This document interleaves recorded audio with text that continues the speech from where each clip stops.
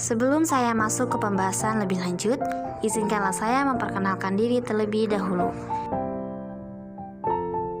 Nama saya Alia, saya kelas 12 TKJ 3. Di sini saya akan membahas materi tentang shared hosting server. Setelah saya membaca dan mencermati artikel tentang shared hosting server di berbagai macam sumber yang relevan, yang pertama, hasil pengamatan shared hosting. 1. Memberi layanan dengan akun hosting yang diletakkan bersama-sama di beberapa akun lainnya dalam satu server yang sama, sehingga dalam kinerjanya akan memakai servis bersama. Nah, di sini ketika seseorang telah memutuskan untuk membuat sebuah situs website, maka hal pertama yang harus ia lakukan untuk mengelolanya adalah dengan memilih tempat yang mana akan dijadikan sebagai penyedia layanan hosting sebuah situs website. 2. Pengguna diminta untuk memilih paket hosting yang tersedia pada layanan hosting. Ketiga, memiliki berbagai kelebihan. Shared hosting ini memiliki berbagai kelebihan, terutama dalam segi biaya, sehingga akan sangat ringan terutama bagi calon pemilik website pemula yang memiliki modal terbatas. Keempat, berlangganan akun hosting pada penyedia hosting.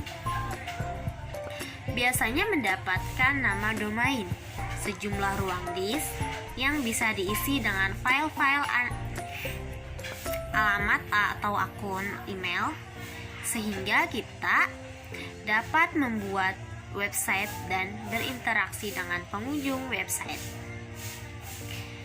Kedua, hasil informasi shared hosting. 1. Menawarkan kemudahan bagi penggunanya untuk melakukan instalasi serta konfigurasi terhadap aplikasi web. Pada dasarnya, layanan shared hosting ini membagi sumber daya dari satu komputer server menjadi beberapa host yang memungkinkan untuk menjalankan ribuan website secara bersamaan.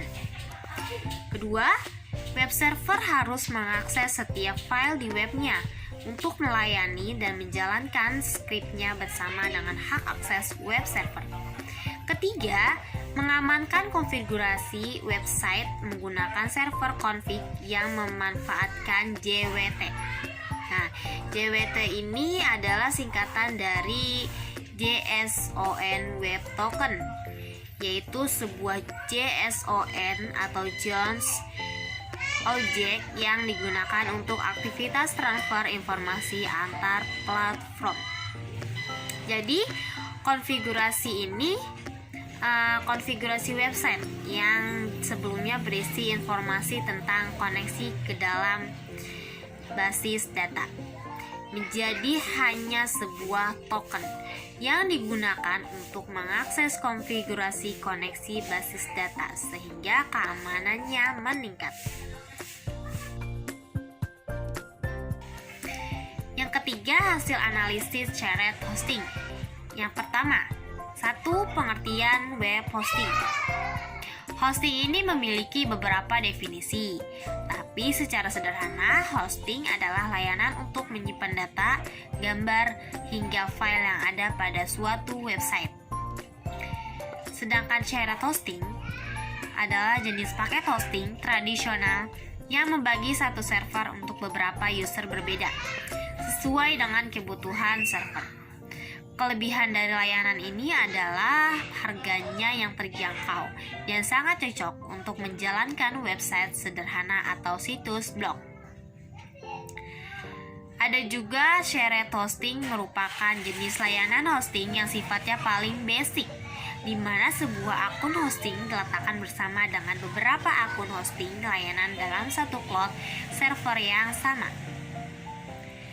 Kedua, kelebihan shared hosting.